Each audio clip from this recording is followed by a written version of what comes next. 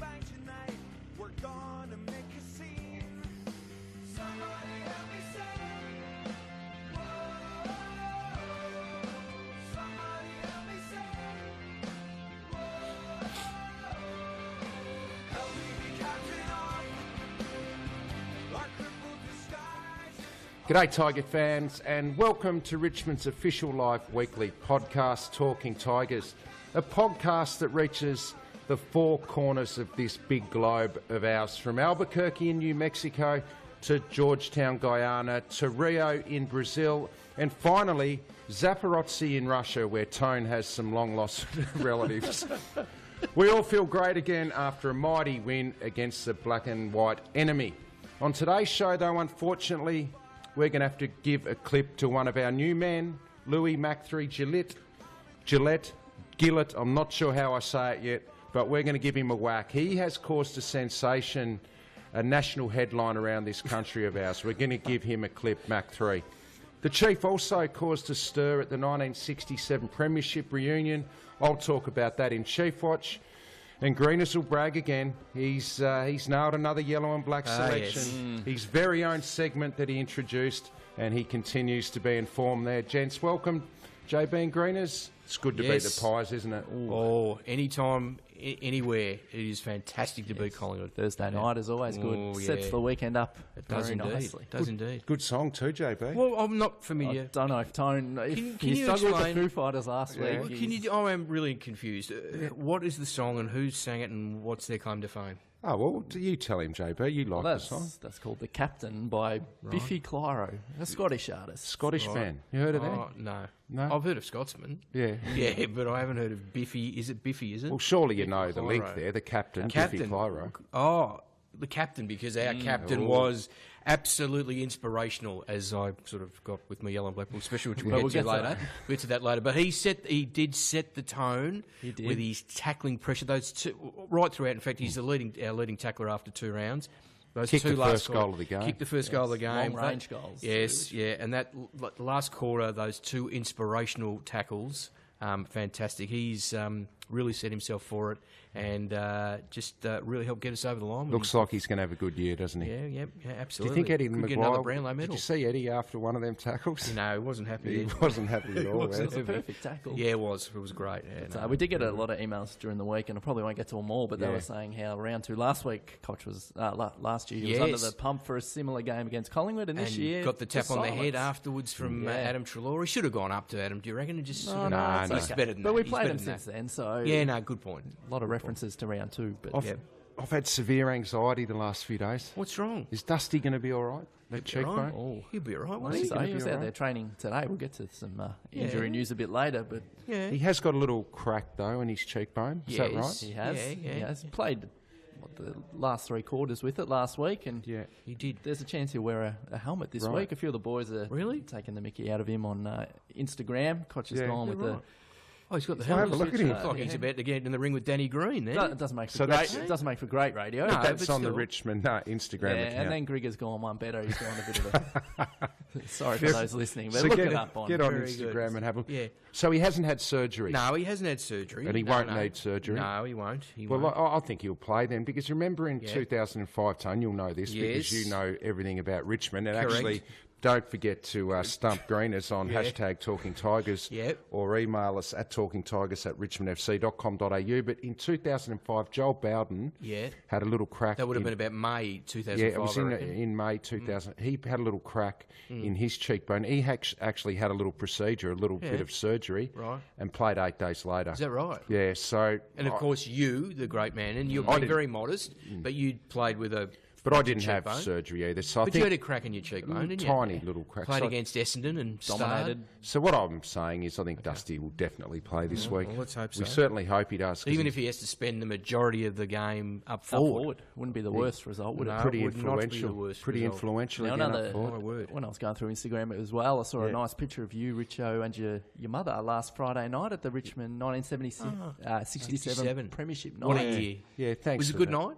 Yeah, thanks, JB, for that. Yeah, it was a good night. Yeah, Mum and I, or Yes. myself and Mum, whatever you say, Mum will tell me the tell you. correct. Yeah, she will. We went along to the night, and it was great. And all of the living members of the 1967 team were there, except for Royce Hart, who couldn't make it over from Tasmania. They had it at the Australia Club, which is an unbelievable building in there. It's pretty amazing. What was the highlight of the night? Well, a couple of highlights. I think the highlight of the night was when Kevin Bartlett got up to speak. We know how good KB is, one of the best orators of all time. And what he did was he had a little talk about each player in that team. Oh, yeah. And then they ran some highlights on that player from the game. So he talked seriously about them. He had a few jokes. Yeah. And it probably went for, half an hour, but and no one was talking to anyone else but listening to KB. It was magnificent. It really was a good night. Yeah. So 50 years since that. Time goes quickly. No, it does. That's it does the indeed. best year of your life. You reckon? Tremendous year. I wish I was back there. No problems there. It was fantastic back then. Now, look, I've got something I need to bring up about you, something that happened, but we might just go with a bit of audio first. OK, Matthew, over to you to announce the 2017 AFL Women's Coates Hire Goal of the Year as voted by the fans. Thank you very much. I hope I don't have a Warren Beatty moment here, that's for sure. OK, the winner of the 2017 Woolworths AFL Women's... Whoa. No, don't do that one. We have got a Warren Beatty moment. Now, did you set that up? You set this up, didn't you? I did not set that up. Oh, come on. It appears to be set up. It does appear to be set up. I don't know. As I was walking up, as Ange Pipos introduced me, Tone, I was walking up and I thought, I'll just have a little bit of a gag here. Warren Beatty, the Academy Awards. So I thought I was being pretty clever. Yep. Anyway, as I opened the envelope, I'm meant to be announcing the winner of Goal of the Year, which was Erin Phillips. But I'm looking at the bit of paper there, and it's Mark of the Year, Darcy Vesio. And I thought, I better not read that out. So luckily enough, I didn't. So what did you do? You actually went off stage? So I then went off stage, and the bloke who gave me the envelope backstage, he said, "What are you doing?" I said, "Mate, you gave me the wrong envelope." Geez, you threw Ange Pipos. What a shame that Warren Beatty couldn't have had the foresight to do that. I was going to call her Faye Dunaway, Ange. Anyway, so it wasn't set up, Tone. It was not set up. Fair enough. We'll whip through this segment this week because we've got a fair bit to get through. So we've had a lot of emails. We've got a special guest coming on today, actually, Kane Liddell, our Chief Customer Officer. I'll just go with one email that we've got during the week. Yep. You've got mail. Sconzy, not as sharp as normal. He's still a bit hungover. It's still He's still celebrating. Talk about a premiership hangover. It was about 6 weeks ago. It's massive. Anyway, I'll go with one email. It's come from Tom Ferguson and Stacey Whelan. It's, "Hi guys, I just wanted to email in and give a big shout out to Roland from the museum." Which is of course where we broadcast. Absolutely. Tom wrote in saying his girlfriend and I were on holidays from England and we visited Punt Road in September hoping to check out the museum and maybe meet a player. We were told that the players weren't there because obviously it was the off-season. So Roland showed them around and then unbelievably Koch, Dimmer and Basher turned up. Roland was on hand with the pen, introduced them all. So that's a great shout out. And it's also a reference to the museum. So if you ever want to get down to the museum... It is absolutely awesome. And see anyone that supports Richmond needs to come here and have a look at the museum. It's magnificent. And if you hear a bit of background noise today, that is because there are a lot of people walking through here Brando's today. Buddies. Yeah, all the young kids are coming in. Yeah, so if you hear any noise, there's plenty of people in the museum today. So thanks to Tom for sending that through. A couple of tweets to whip through the tail. We are currently the second highest side for tackles this year. There you go. It's a great After improvement. So it's great distant to see. 18th last year. So Jess has said it's the third time since '95 that we've been 2-0. Last time, Jess Benson. Yep, 2013. So that's a good omen. It'd be nice to go 3-0. Colin Waitjins. Or 4-0 or 5-0. It would be great. Good going. Saying Big Nank doing well. Selling the candy was amazing. Well... Did we ever see the Chief manage that in the number 25? No, he is the best number 25 ruckman from Tasmania that this club's ever seen. Ever. Big Nank. Yeah. There's no way known the Chief could sell a bit of candy like that. Could he? Did he have the most contested possessions? He had the most contested possessions by a Richmond ruckman since Brad Otten's back in 2003. Is that right? I think, yeah. Yep. And then the last two... His numbers were great. Aaron Taggs and Ryan Kirkpatrick looking forward to this week. Aaron saying a big test for the defence. We need McIntosh back in the side. So we'll talk to Louis about that in the VFL report potentially. Yep. And then Ryan saying it's a big test versus the Eagles. Rance versus Kennedy, a mouth-watering matchup. Rancy lifts for the big guns. He plays well every week, but he really lifts for the big guns. And also we need a huge effort across the board. Yeah, we do. Get across the line. So thanks everybody for getting in contact. # Talking Tigers.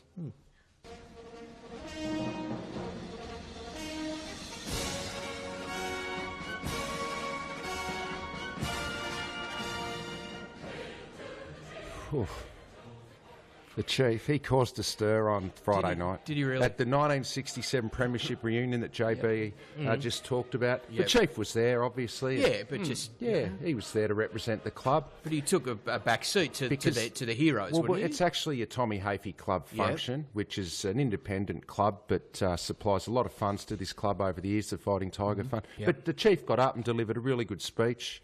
That I think you might have even had something to do with, Tone, as you wobble around. Helped him a little bit with it? Yeah, so it was a really, really good night. And Chief, he was subdued because for once he knew that there were some big names in the room that maybe he should just sit back a little bit. You know, you had all of the living players except for Royce there. Well, they were Hunt Road Premiership pioneers, weren't they? Yes, they were. Yeah. You know, Nice bit of alliteration there. Sheeds even turned up. He wasn't part of that team, but Sheeds was there. No, he was here in 67, but didn't play in the team.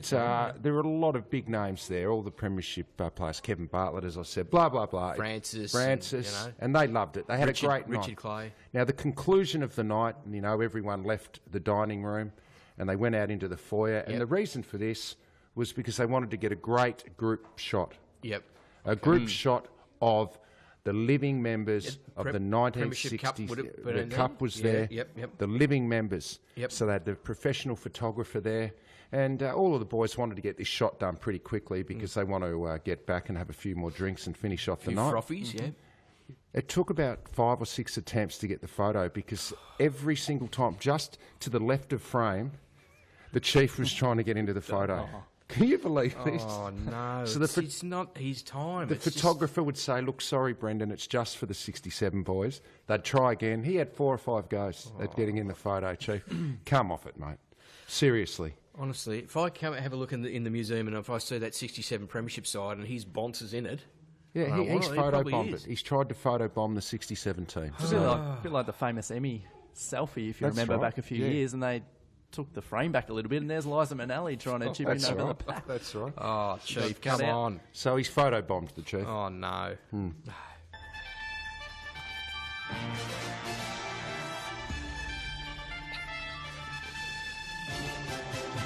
Dear. I specifically requested no club news. You've got no club news. Time constraints. Now, look, there's not much club news other than to say that there's a big game this Saturday. There actually is some club news. Our man Johnny Peace come in looking like Telly Savalas. I could not recognise him. He shaved off the hair and the beard. It's extraordinary. Anyway. So there's the club news. So there's no club news, so we just played this thing because it's so good. Is that the reason? Well, we're playing Saturday Arvo. So for those who couldn't get to the Thursday night game, get down this Saturday Arvo. 27 degrees, 2:10 p.m. Red ball, midfield matchups, forward line defence. It's going to be great. Beautiful. That's good. And you'll touch on the homecoming hero in 1967. Will I? Your spirit of 67? Is that coming up? No, but we could just say now. The homecoming hero is Richard Clay. Dickie Clay, fantastic. Now, 4-time Premiership player, and obviously started off in 66 and first Premiership in 67. We do have a few great player injury list updates. There we go. I don't like the medical room. I prefer it being much shorter. But unfortunately, you would have seen yesterday, or you might not have seen, that Shane Edwards suffered a hip injury at the start of the fourth quarter. Can't take a trick, Shane. No. And last couple of years, he'll miss at least the next 2 weeks. So he's down here from Burgee as 3 to 6 weeks. And actually, we spoke to Burgee yesterday, and here's what he had to say. Yeah, late in the, I think it was the fourth quarter, he had an incident close to goal, and he hurt his hip. And it's come back that he's actually done a little bit of damage. So he's going to miss a little bit of time, so a couple of weeks at this stage, and he'll start a rehab program later this week. And we'll look forward to getting Shane back at some point, but it's not going to be in the next 2 weeks. In terms of Dustin, he copped a whack in the side of his cheekbone, and we've got it scanned, and it's come back with a small crack. He did play 3/4 of the game with it and did well. So we'll assess him during the week. I would be hopeful that he'd be out there on the weekend, but that'll be a medical call.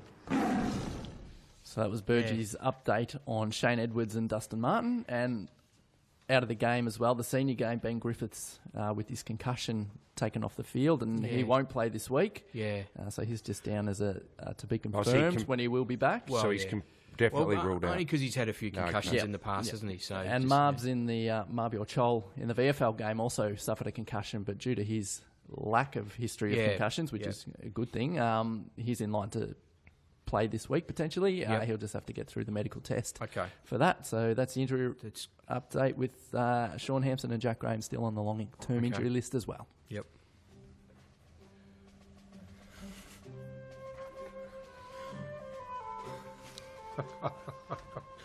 Sort of brings the show down a bit. Well, it does not. I think it's melodic. It just gives it a different feel. I think it's really important that we bring it back to a bit of culture. Anyway, well, as you may be aware, that we're currently in Melbourne. It's the 25th anniversary of the Melbourne Food and Wine Festival. Yeah. So I thought that my top 10 this week would be the Gastronomic Tigers top 10. We'll whip through them. Okay. At number 10, Greg Deere. Of course, venison. I like venison, but venison's venison, great. deer. Very rich. Yeah, but it's too dear. At number 9... You wouldn't be able to afford it. No, I used to be able to. You're back on the chops. The money. Yeah, right. Yeah, very good point. Very good, very true. Yeah, and mince. That's all I can afford at the minute. Number 9, Jeff Hogg, of course. We like nice roast hog, pig, hog, anyway. Number 8, David Honeybun, of course. You could have him in two. You could have a bun or honey. Or the honey, yeah, either way. Number 7 is Reg, who played 4 games in 53, Reg Fisher. Number 6, a member of the team of the century, halfback, 199 games, Basil McCormick. You like a bit of basil? Oh, a bit on the tomato. A bit of basil, yeah. Basil. Number 5, of course, our 1971 Brownlow medalist and 73 Premiership player, Ian Stewart. Oh, you're stretching it. No, Stew. Number 4, played 34 games, 47 to 51, Max Curry. And we'd like a good curry, don't we? I had curry last night. I know. We know that. We can tell. Might have been a dodgy Vindaloo, I think, too. Yeah. Number 3, 1973 Premiership player, Laurie Fowler. Number 2, 10 games from 78 to 79, Jeff Berry. Not sure if it was strawberry or blackberry or raspberry. And number 1, of course, a goal sneak, 58 games, 73 to 78, Robert Lamb. Oh, very good. There you go.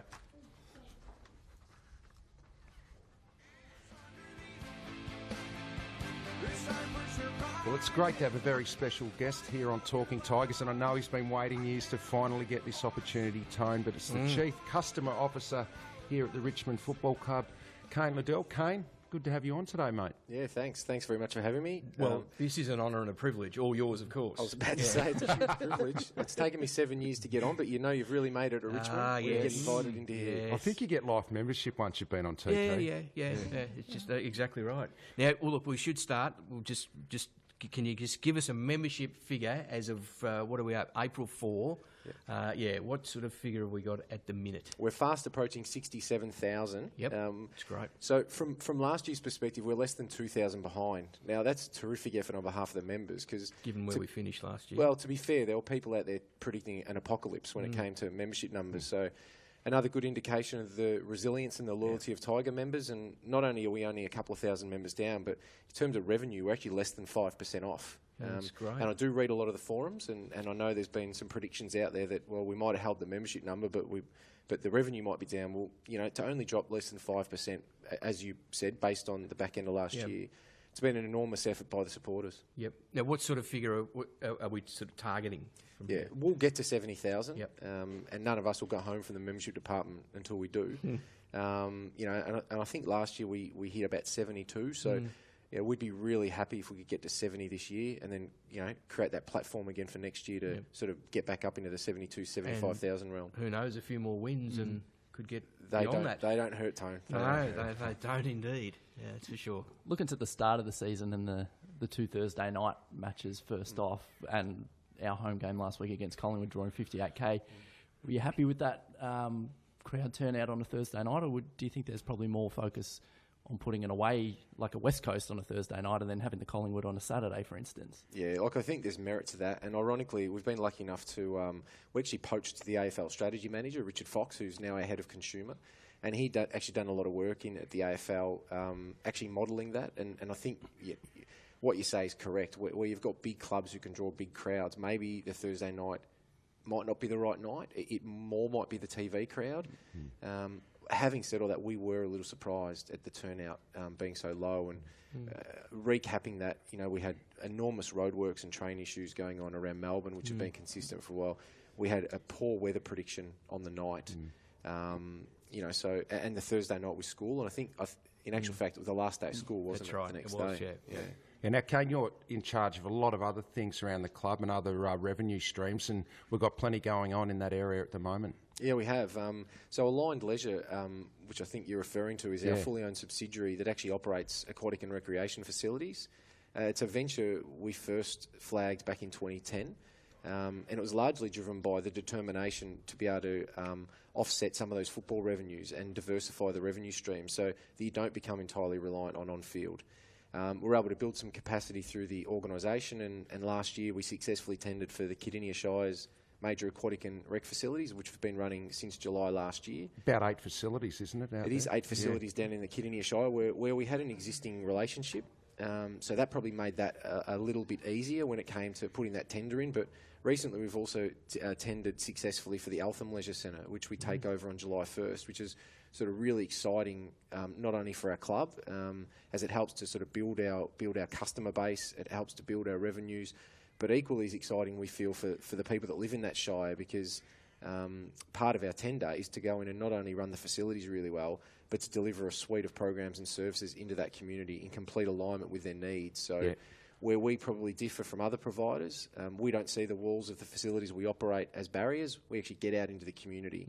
And that's where we're able to really dial up Richmond and AFL players. And if you think about going into a school preaching nutrition messages, well, I could have 4 PhDs in nutrition.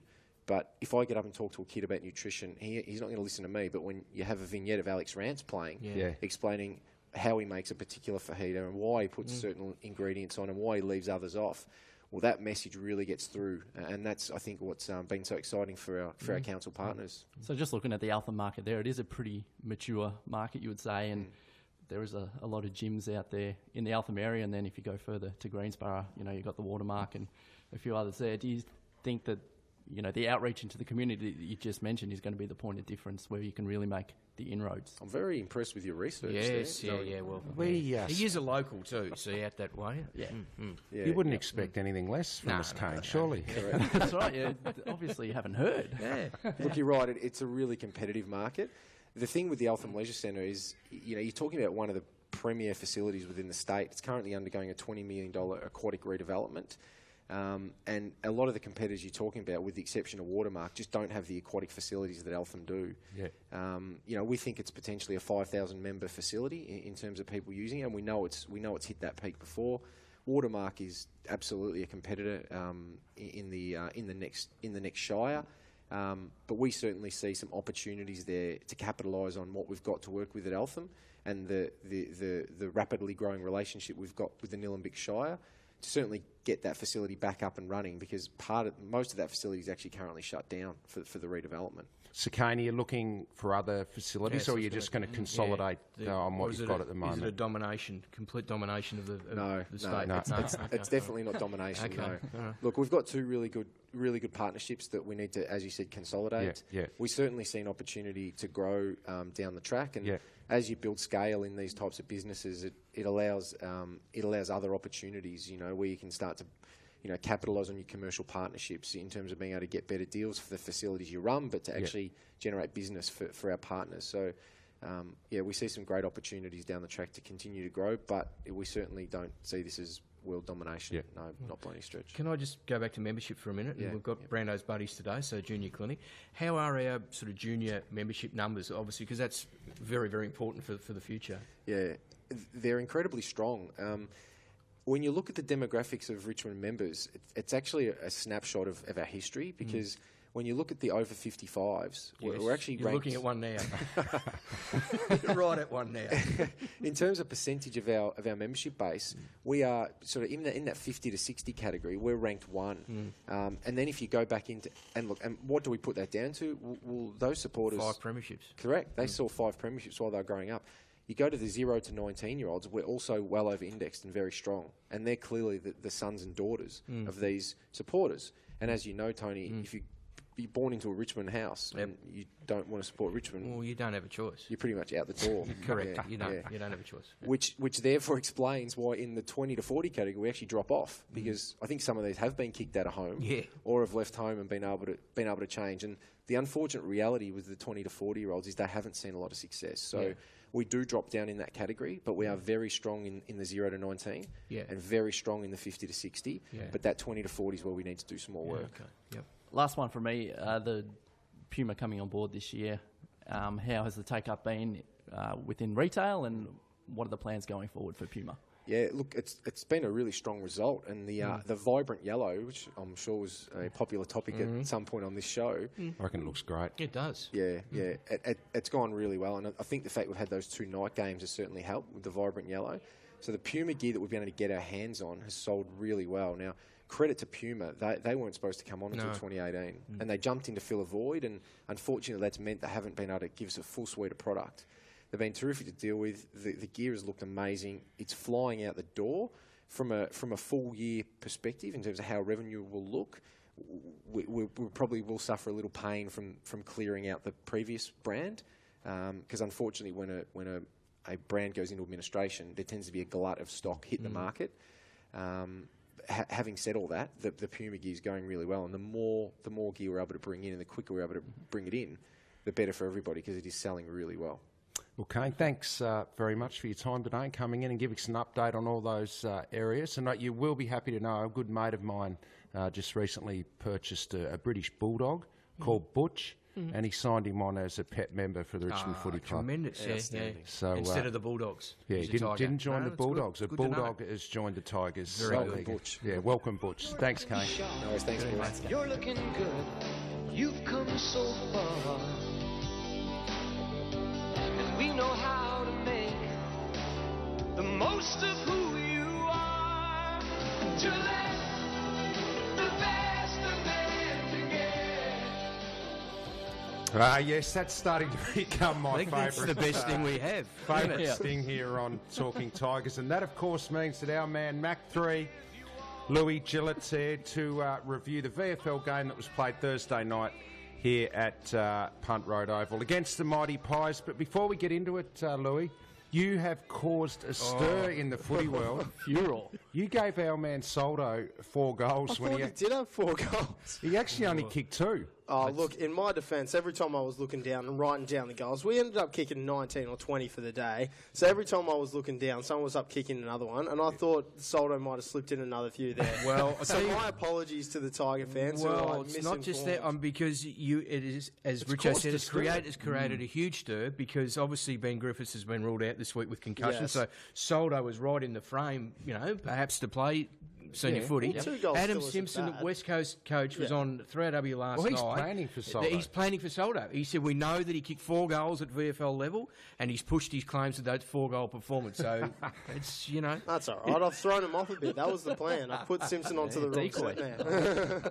So I think it was a Brandon Wood who stepped up with those goals potentially. Brandon Wood, wearing number yeah, 57. Right. Yeah, so. Brandon Wood was very impressive. He was our full forward for the day, and he was in great form. So yeah. But anyway, back to Soldo. Yes. Aside from 4 goals becoming 2, how else did he perform? He on was the good. day? He was moving around the ground quite well, and obviously one of the big strengths that we have seen from these couple of practice games that the VFL boys have played, that rotating through the ruck with his fellow Ivan Marich, which is really good to see. So that's another great strength we're seeing going forward. His marking's looking really good. He's kicking straight as well. Mobility is, it's quite good, considering obviously he's a big guy, so he's got it's a big effort to move around, but he's moving very well. So good signs moving forward, regardless of the amount of goals that he may or may not have kicked. Can I ask about another potential replacement for Ben Griffiths, and that would be Todd Elton? How did he go? Yeah, Todd was a bit quieter this week. The last couple of weeks, he's probably been one of our better performers. He was still moving up the ground extremely well, still taking a lot of good marks.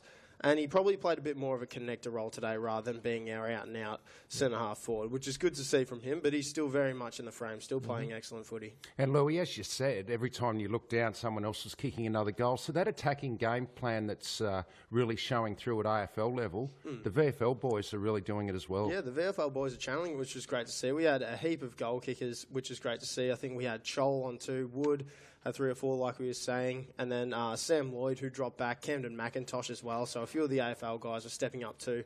And speaking to ex-Clark after the game, who took the reins of the VFL boys, he did say that one of the great things about it was that he had a few multiple goal kickers and then it was spread really well across the forward line. We might have a listen to ex-Clark then.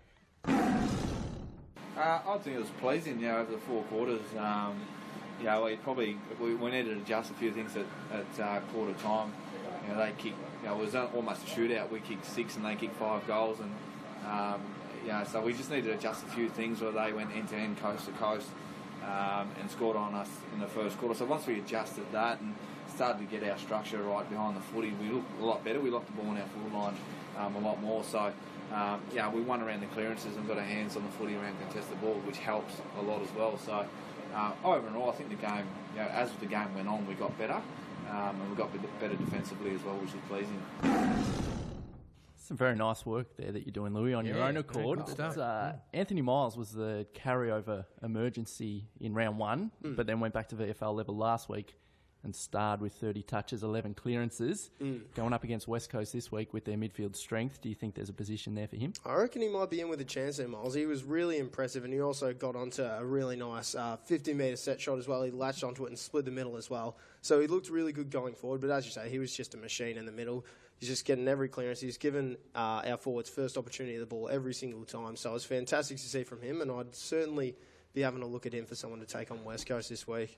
What other AFL-listed players stood out and could be in the frame this week, Louis? Well, as I said earlier, Camden McIntosh was excellent going out the middle as well. So he played through the midfield, did he? He did indeed, and he moved forward quite a bit and ended up with 3 goals. Yep. So he was really impressive as well. Sam Lloyd, who dropped back, like I said earlier, played excellent as well.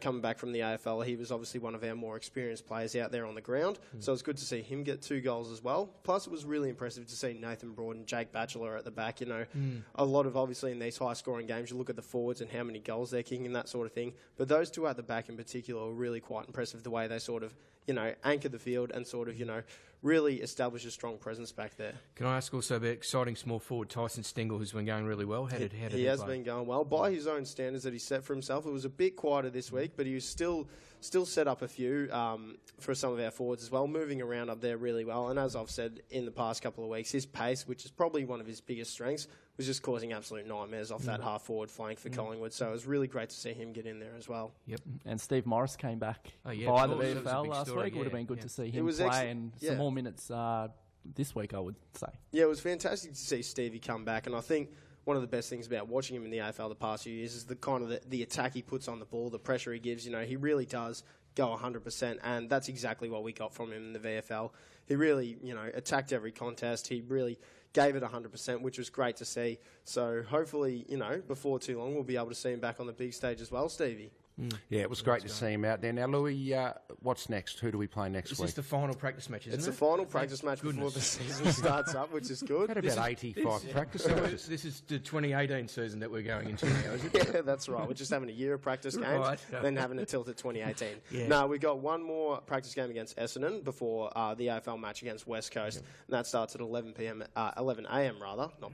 at Punt Road before that game. So if there are any Tigers fans coming down, we'd recommend you to get along to the VFL game and have a bit of a game. Well, as we shoot for 10 wins in a row. Exactly right, 10 in a row. 10 in a row. I reckon it's great having the games here before because it's plenty of atmosphere, isn't it? So getting good numbers there as well. Yeah, and I think the other good thing about, obviously, is the fact that, there were 3 changes from round 1 in the AFL team, and that's also because the pressure that's being put on at VFL level from players. Scones is trying to wind you up there, just rolling the thing in. Louis, well done. But that's your first little clip. Don't do it again. All right, Richard. Or Manfred will be back.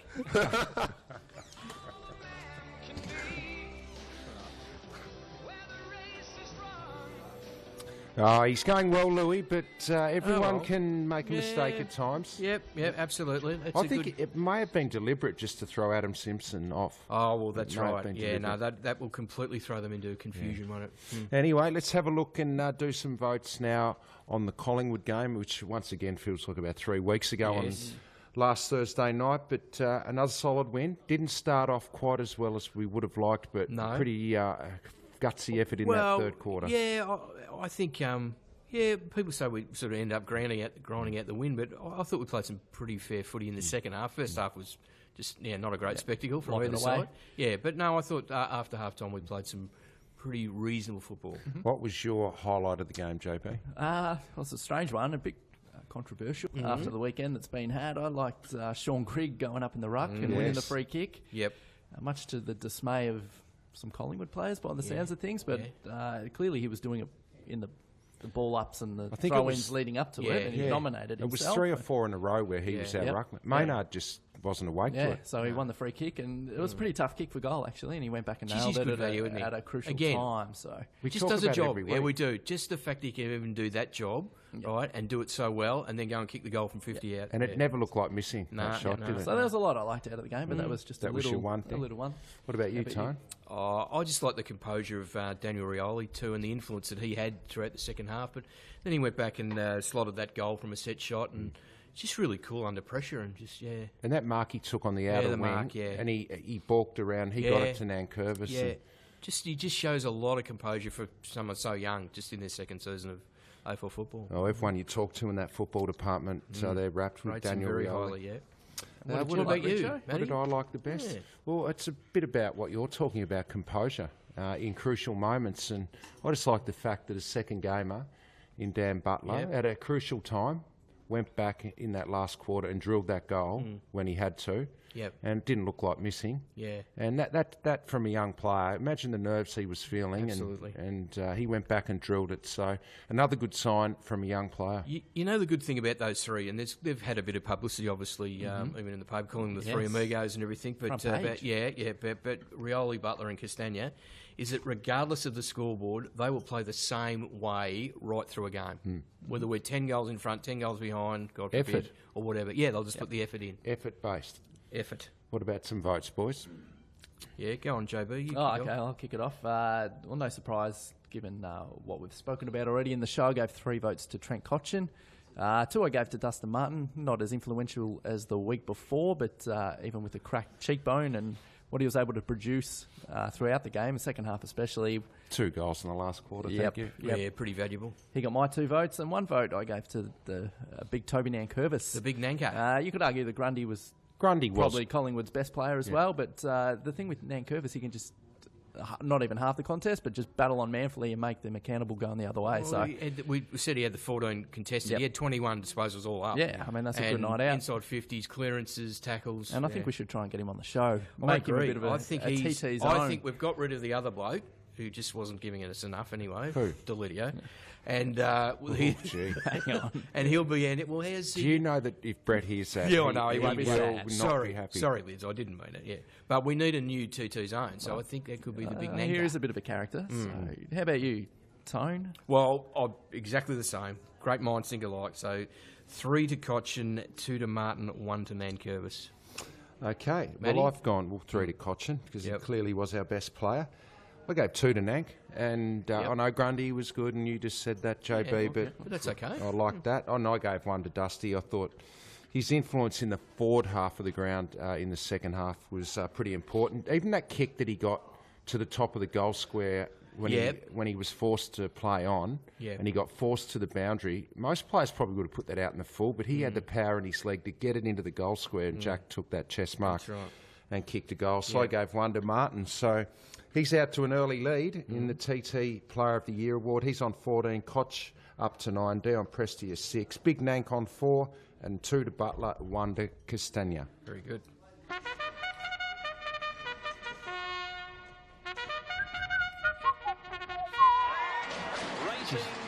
Before you brag, I just want to mention our man Johnny P, who I said walked in, one of our best supporters on TT with the shaved head Our and biggest beard. fan, yep. Now, we had a bit of a laugh, but he's actually done that for Canteen, the Shave for Cancer. that's so terrific. Great well cause. done, Good on you, Johnny Good P. cause, Johnny.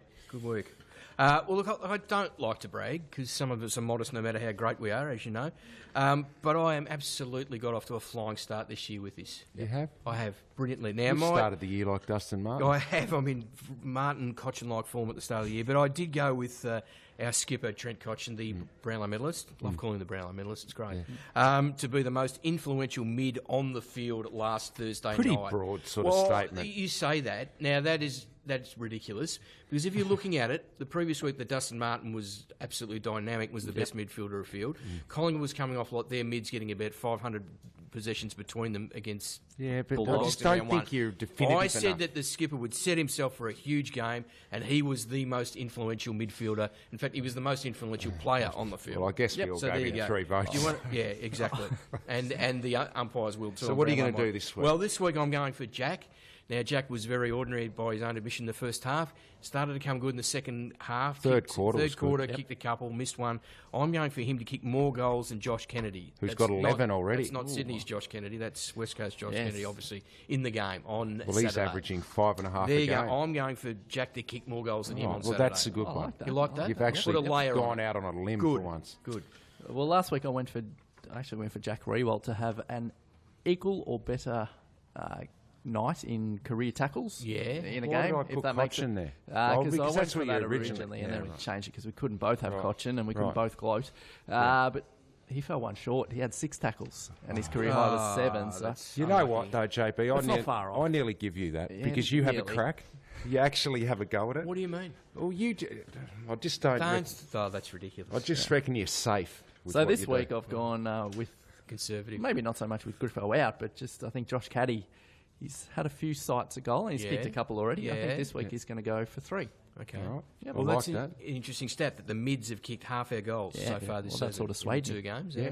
Okay. Look. What about you, Mr. Smarty? Well, I went for our superstar defender, Alex Rance. Yeah. I said that he would have 10 intercept possessions. And how many did he have? Well, he had 8. So you that's failed. pretty good. No, you failed. But like you... Yeah, No, so you, we're close. but the thing is that you failed. You didn't get it right. No, I didn't get it right. Right, but, so you failed. but I like to have a crack at things, and you don't. So I nearly got it right. But Nearly got it So right. this is how you do it, Tone. Oh, okay. This is how you do Yeah, it. you tell me how to run my own segment. Go on. Well, I'm actually even predicting a matchup in mine. I'm saying that Dylan Grimes will play on Mark Lacroix, Yeah. and I'm saying that Lacroix's already been ruled out injured. has he? No. Yes. Just thought I'd throw that in. Just to throw you. All right. Well, Grimes will play on Lacroix, Okay. and he will kick either 1 goal or less. So Grimes will? no more than 1 goal. Grimes will no, kick a goal. Lacroix. Oh, Lacroix okay. will kick no more than 1 goal. This is very confusing. So I'm predicting they'll play on each other, and, that And Lacroix he will restrict Lacroix to 1 goal or or less. less. Okay. Okay. That's what I'm saying. Fair enough. All right. Yeah, it's good. So just on this West Coast game, Ah, yes. this is the first massive test. Yeah, but they're all tests.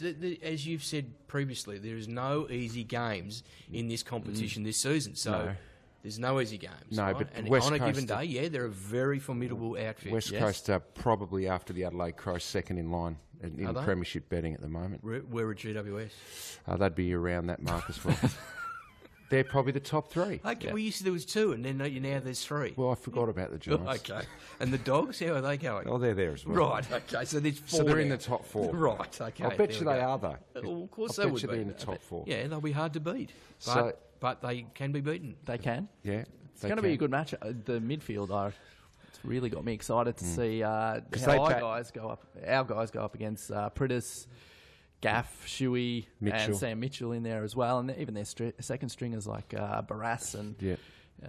Barras is- Shepherd and those guys who can Yeah. step up, Yeah. and Wallingham as well. Yo went all right, Yo, didn't he? Yippee-yo-yo. Yeah, So, he I mean, went all right. So, they yeah. bat pretty deep. Not just in the midfield, but in other positions as Well, well. you have to restrict their midfield because their forward line's so powerful. You know where we may get an advantage Where? is in the ruck, ruck? with the big Nanka. Yeah. Because they, obviously, Nat Nui's out, Lycett's Lysette. out. Vardy's playing. Yeah. Well, he played last week, and so did he Big Giles He as well. did, but I think it might be, he's going really well. Well, Nanka, so- both Vardy and Giles, they are ruckmen, but Yeah. I think Nank could get an advantage over them. I think you're pretty Yep, right now. so I think you've got to restrict Gaff on his run. His run from end to end. So what do? Do you lock down on him? I don't know if you lock down on him, but you need someone who's got that sort of tank to play on him. So maybe who? Brandon Ellis Brandon needs Ellis? to play Yeah. on the wing on him. Okay, yeah, it'll be interesting. And then it's a So- bit like last week when we played Collingwood when they had Ben Reid and Howe floating off half-back. Here they got McGovern and Yo that you mentioned. It's important for our mids to put pressure on and just for our guys going forward to pick the right target. Yep. So it's going to be And an exciting game. And that's where you need the run and carry because you Yeah. can't just be blasting kicks high into the half forward line because McGovern is the best intercept mark in the competition. So maybe we've got to grub the ball into the forward line. Oh, not even, but just make sure get in low. Just make sure you run and carry, and then hit up some targets. That'll be the key, I think. Yeah, but you're right. Don't bomb it in. Yeah. That's very true. Going to be an interesting test, and I'll get a really good crowd too, no doubt.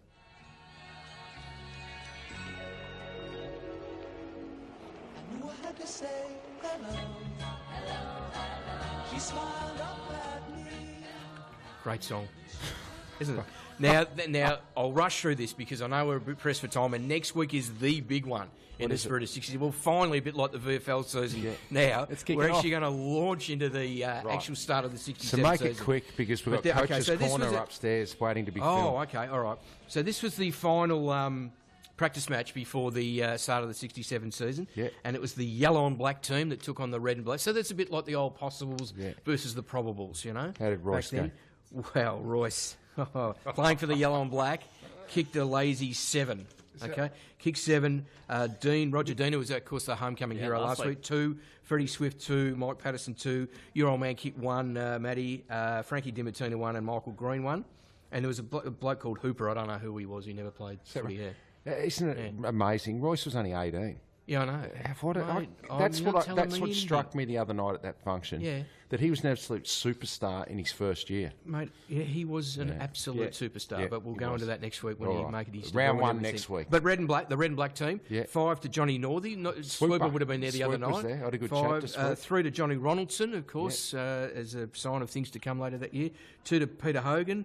1 to Richard Clay, Darryl Beale, and Barry Richardson. So that was just, and the club had actually announced in the lead up to that week that they'd appointed Freddie Swift captain and Paddy Ganane and Roger Dean vice captain and deputy vice captain respectively. 3-man leadership group. Yeah.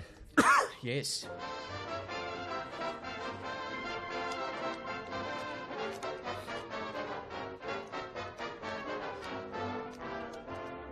I actually have been thrown a bit. So I haven't been myself. Yeah. I've been thrown a bit. Well, I think I put the wrong bin out. Did you? I think I put the... this is true. I think I put the green bin. It should have been yellow bin. And I can't focus. I just... anyway, I rush home and see if I can... It's too late, I think. Anyway. That's not do you go on eBay? No, it wasn't a gag. Okay. No, it's true. I'm thrown by it. eBay is useless. Yeah? Absolutely. I'm here to tell you because I went looking for lighters on there the other day, and all they had was 14,865 matches.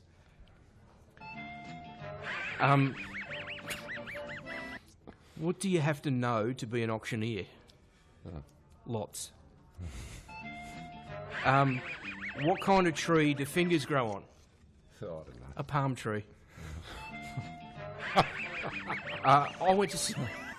Like that bloke that got swallowed by a snake in the that's palm not tree. funny. How was that funny? That's a segue. How was that funny? It's just a shocking way to go. You've got a warped sense of humour.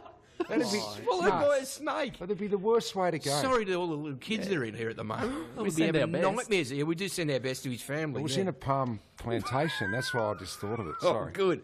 I went to see a new doctor the other day. Yeah, because I've been having a few issues, as you do when you get older. And I was sitting in the reception, and I could hear the doctor from his room, and he started yelling out, tetanus, influenza, typhoid, and measles. He just went over and over again yelling this out. So I was really befuddled by the whole thing. So I asked the receptionist why he kept doing that, and she replied, he likes to call the shots around here. One more? One more. One more? One more. Sure? Yeah. Not 2? No, only 1. 1, all right. Why did the old man fall in the well? Because he couldn't see that well. I'll give you one thing. After 158 episodes, you keep coming up with them. Well coming up with the goods, exactly. And hopefully the Tigers will come up with the goods too on Saturday. Yeah, big test against a very good team, the West Coast Eagles. Thanks for listening again today. That's been Talking Tigers.